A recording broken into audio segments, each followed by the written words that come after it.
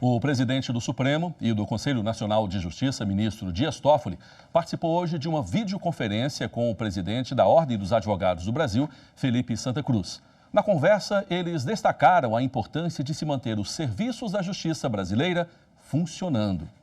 Estamos isolados, mas não podemos estar sozinhos, não podemos estar ilhados, temos que estar interligados. E o Supremo é guardião disso também, desse espírito, dessa garantia. Quando afirma a liberdade de imprensa, a imprensa que tem sido tão importante para o país nesse momento, para que possamos estar atualizados, acompanhar os acontecimentos no Brasil e no mundo e as determinações das autoridades de saúde. Então, muito obrigado, presidente, obrigado por aceitar o nosso convite e começo perguntando ao senhor se o senhor pode dar uma pequena apresentação, né? Houve uma série de reuniões, nós tivemos resoluções do Conselho Nacional de Justiça sobre o momento do sistema de justiça e como ele pretende superar o desafio de não deixar a justiça parar e atender o povo brasileiro que precisa tanto do Poder Judiciário nesse momento. A premissa maior, a Corte Suprema do país tem que continuar funcionando. A justiça não pode parar. A prestação judicial é fundamental, é garantia do Estado Democrático de Direito, e o sistema de justiça não pode parar. Então, essa é a primeira premissa, a premissa maior. O ministro Dias Toffoli chamou a atenção para os prazos dos processos que estão em tramitação no Supremo Tribunal Federal. No Supremo Tribunal Federal, os prazos de processos eletrônicos não estão suspensos. 95% dos processos no Supremo Tribunal Federal são eletrônicos.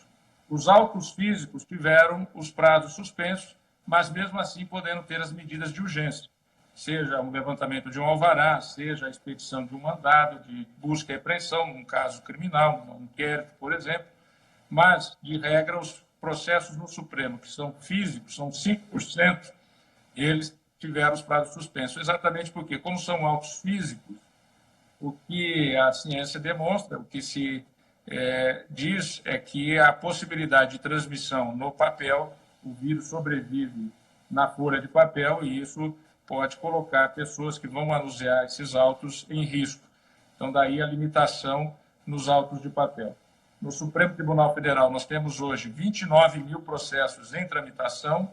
Esses processos, 95% estão em meio eletrônico, 5% em meio físico, e decidimos, no âmbito do Supremo, de manter a Corte funcionando.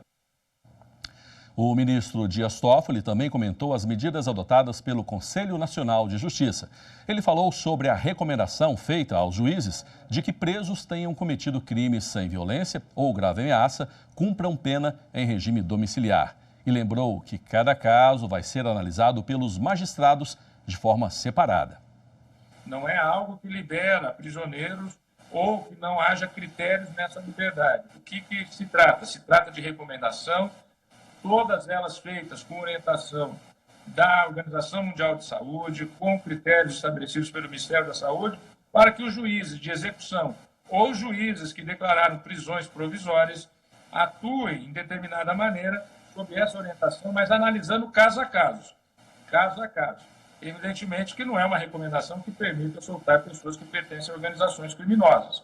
Não é disso que se trata, crimes violentos ou organizações criminosas. Então, é analisado caso a caso, a circunstância, e é o juiz da causa que vai analisar isso. Sobre a pandemia do coronavírus, o ministro Dias Toffoli defendeu o isolamento social. Ele disse que a medida é necessária para reduzir os problemas causados pela doença. Tudo que tem ocorrido no mundo leva a crer dessa necessidade do isolamento realmente, que é para puxar a diminuição de uma curva e poder ter um atendimento de saúde para a população em geral. Ou seja, é um momento de solidariedade entre todos os cidadãos do nosso país e no mundo todo se passa por esse drama. Por fim, o ministro Dias Toffoli defendeu a liberdade de expressão e ressaltou a importância das garantias constitucionais para a manutenção da democracia. Não dá para tomar decisões em cima do que eu acho, do que eu penso, do que eu gostaria que fosse. Nós temos que analisar e tomar as decisões diante daquilo que é a realidade. senão a realidade se volta contra nós. E a democracia não é um dado da natureza, a democracia é uma construção da cultura humana. Sendo uma construção da cultura humana, nós precisamos cultivá-la a todo momento. Nós precisamos defendê-la a todo momento. E foi com essa preocupação que a Constituição de 1988 não só garantiu a liberdade de expressão e a liberdade de imprensa, mas deu à advocacia a estatura constitucional e a proteção constitucional necessária, porque ela é o esteio do sistema de justiça para a defesa da Constituição, para a defesa do Estado Democrático de Direito.